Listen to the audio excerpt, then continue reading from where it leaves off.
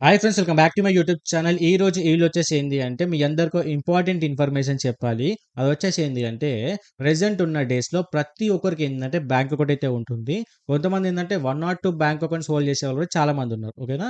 But ఇదేంది మనకు bank account కావాలి కదా అని చెప్పేసి తీసుకున్న వాళ్ళే తప్ప బ్యాంక్‌కి వెళ్ళినప్పుడు అక్కడ ఉన్న వాళ్ళని ఎవరిని కూడా ఏ క్వెషన్ చేయకుండా వాళ్ళిచ్చే ఫార్మ్‌ని ఫిల్ చేసి దానికి మనం ఫోటో ఇచ్చేసి వాళ్ళకి కావాల్సిన డాక్యుమెంట్స్ అన్నీ కూడా మనం సబ్మిట్ చేసి మనం ఏందంటే బ్యాంక్ అకౌంట్ అనేది తీసుకుంటూ ఉంటాం. ఓకేనా? బట్ అందరూ చేసే బిగ్గెస్ట్ మిస్టేకే ఇది. ఓకేనా? అదొచ్చేసి ఏంటి అనేది క్లారిటీగా ఎక్స్‌ప్లెయిన్ చేస్తాను. సో, ఇప్పటి నుంచి గైస్ మీరు బ్యాంక్‌కెళ్ళినప్పుడు మీరు బ్యాంక్ అకౌంట్ తీసుకున్న వాళ్ళైనా సరే, తీసుకోవాలి అనుకున్న వాళ్ళైనా సరే బ్యాంక్‌కెళ్ళినప్పుడు వాళ్ళ బ్యాంక్ అనేది డీఐసీ, జీసీకి రిజిస్టర్ అయ్యి ఉందా లేదా క్లారిటీ అయితే కనుక్కోండి. ఓకేనా? సో, ఎందుకంటే ఇప్పుడు మన బ్యాంక్ తీసుకొని అకౌంట్ తీసుకొని ఏం చేస్తాం? దాంట్లో అమౌంట్ పెట్టుకుంటాం. ఓకేనా? ఒకవేళ బ్యాంక్‌లో ఏదైనా ఫ్రాడ్ జరిగిందనుకోండి, మనం ఏదైతే అకౌంట్‌లో పెట్టుకున్న అమౌంట్‌కి గ్యారంటీ ఉండాలి కదా! సో, అంటే పోతే ఎవరిస్తారు అనే దాని గురించి ఇదైతే డీఐసీ, జీసీ అనేది వర్క్ అవుతుంది. అదేంటి అని చెప్పేసి ఇప్పుడు క్లారిటీ ఎక్స్‌ప్లెయిన్ చేస్తాను. సో, దీంట్లో గైస్ ఫస్ట్ వచ్చేసి ఏందంటే డీఐసీ, జీసీ అంటే ఏంటి? అనే ఇన్ఫర్మేషన్ గురించి మాట్లాడుకుంటే ఏందంటే డీఐసీ, జీసీ అంటే depository insurance and credit guarantee corporation. ఓకేనా?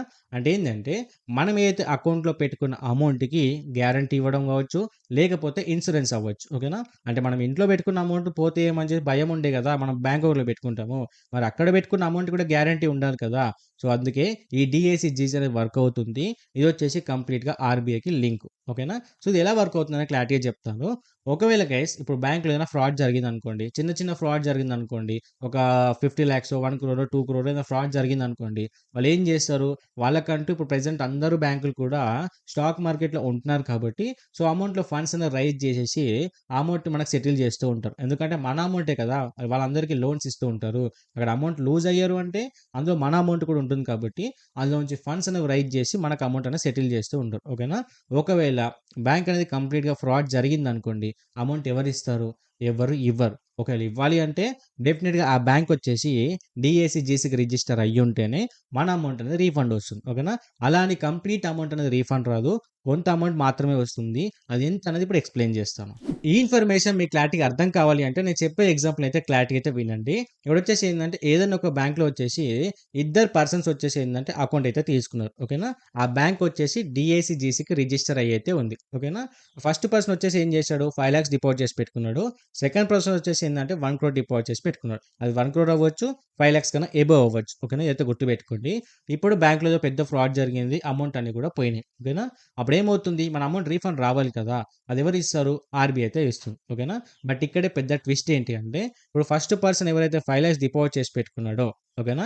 ఆ అమౌంట్ అంతా కూడా అంటే మొత్తం 5,00,000 కూడా మనకు ఆర్‌బీఐ అనేది వితిన్ 90 డేస్‌లో మనకైతే రీఫండ్ అయితే చేస్తుంది. ఓకేనా? బట్ ఎవరైతే 1,00,00,000 డిపాజిట్ చేసి పెట్టుకున్నారో తనకు కూడా ఓన్లీ 5,00,000 మాత్రమే అమౌంట్ అనేది రీఫండ్ అవుతుంది. మిగతా 95,00,000 అనేవి తనకు పోయినట్టే. ఓకేనా? ఇదైతే గుర్తుపెట్టుకోండి. అంటే ఓన్లీ ఆర్‌బీఐ వచ్చేసి అప్ టు 5,00,000 మాత్రమే వాళ్ళు రీఫండ్ చేయగలుగుతారు. మిగతా అమౌంట్ ఏది కూడా రీఫండ్ అవ్వదు. ఓకేనా? సో, అందుకని చెప్పేసి ఏంది అంటే మీరు అప్ టు 5,00,000 వరకు డిపాజిట్ చేసి పెట్టుకోవాలనుకుంటే పెట్టుకోండి.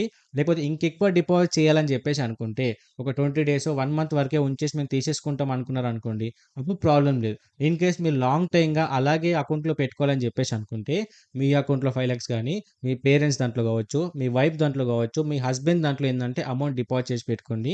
ఇంకా ఎక్కువుంటే బయట ప్లాట్స్ గానీ, ల్యాండ్స్ గానీ, గోల్డ్ గానీ ఇలాంటివి తీసుకోండి తప్ప కంప్లీట్ అమౌంట్ తీసుకెళ్ళి బ్యాంక్‌లో పెట్టకండి. ఓకేనా? బట్ ప్రెజెంట్ ఉన్న సిట్యుయేషన్‌లో ఆర్‌బీఐ స్ట్రిక్ట్ రూల్స్ ఇస్తుంది. సో, అటువంటి ఫ్రాడ్ జరిగే ఛాన్స్ అనేవి 99% లేవు. బట్ ఏందంటే బ్యాంక్ మీద కన్నా తీసుకునే వాళ్ళపైన డిపెండ్ అయితుంటుంది కాబట్టి సో, డెఫినిట్‌గా మీరందరూ కూడా ఆలోచించాల్సిన ఇన్ఫర్మేషన్. ఓకేనా? ఇక్కడ చాలా మందికి ఇంకో డౌట్ ఉంటుంది. అంటే ఇప్పుడు 2 బ్యాంకులలో ఇప్పుడు దీంట్లో నేను అకౌంట్ తీసుకున్నా, దీంట్లో అకౌంట్ తీసుకున్నా, దీంట్లో 5,00,000 ఉన్నాయి, దీంట్లో 5,00,000 ఉన్నాయి. లేకపోతే దీంట్లో 1,00,00,000 ఉన్నాయి, దీంట్లో 1,00,00,000 ఉన్నాయనుకోండి. అప్పుడేమవుతుంది 2 బ్యాంక్ కూడా కరప్ట్ అయ్యాయనుకోండి. సో, 2 కూడా ఈ బ్యాంక్‌కి సెపరేట్ డిపాజిటర్ ఇన్స్యూరెన్స్ ఉంటుంది. ఈ బ్యాంక్ కూడా సెపరేట్ ఉంటుంది కాబట్టి సో, దీని నుంచి 5,00,000 వస్తాయి, దీని నుంచి 5,00,000 వస్తాయి. ఒకవేళ మీరు 1,00,00,000 పెట్టారనుకోండి. దీని నుంచి 95,00,000 పోతే, దీంట్లో నుంచి 95,00,000 అయితే పోతాయి. ఓకేనా? సో, అందుకని నేను చెప్పే ఇన్ఫర్మేషన్ మీకు క్లారిటీగా అర్థమైతే మీరు అమౌంట్ అనేది ఎలా సెటిల్ చేసుకోవాలి? అమౌంట్ ఎక్కడెక్కడ మీరు పెట్టుకోవాలనే క్లారిఫికేషన్ అయితే వచ్చిందనుకుంటున్నా కాబట్టి, సో, డెఫినిట్‌గా ఈ ఇన్ఫర్మేషన్‌ని వీలైనంత మందికైతే ఖచ్చితంగా షేర్ చేసుకోండి. అండ్ ప్లీజ్ గైస్ ఈ వీడియోకి 100 లైక్ చేయండి. అండ్ కింద కూడా కామెంట్ చేయండి. ఎందుకంటే మీరు లైక్ చేసి ఏందంటే నెక్స్ట్ వచ్చే వీడియోలో వచ్చేసి ఈ బ్యాంక్స్ అనేవి ఎలా వర్క్ అవుతాయి అనే దాని గురించి కూడా ఒక వీడియో చేయబోతున్నా. సో, దానివల్ల మీకు ఒక కంప్లీట్ క్లియర్ నాలెడ్జ్ అయితే వస్తుంది కాబట్టి, సో, డెఫినిట్‌గా ఆ వీడియో కావాలి అనుకుంటే ఈ వీడియోకొచ్చేసి 100 లైక్స్ అయితే టార్గెట్ అయితే ఫినిష్ చేసి ఖచ్చితంగా ఐ యామ్ ఇంట్రెస్టెడ్ అని చెప్పేసి కిందైతే కామెంట్ చేయండి.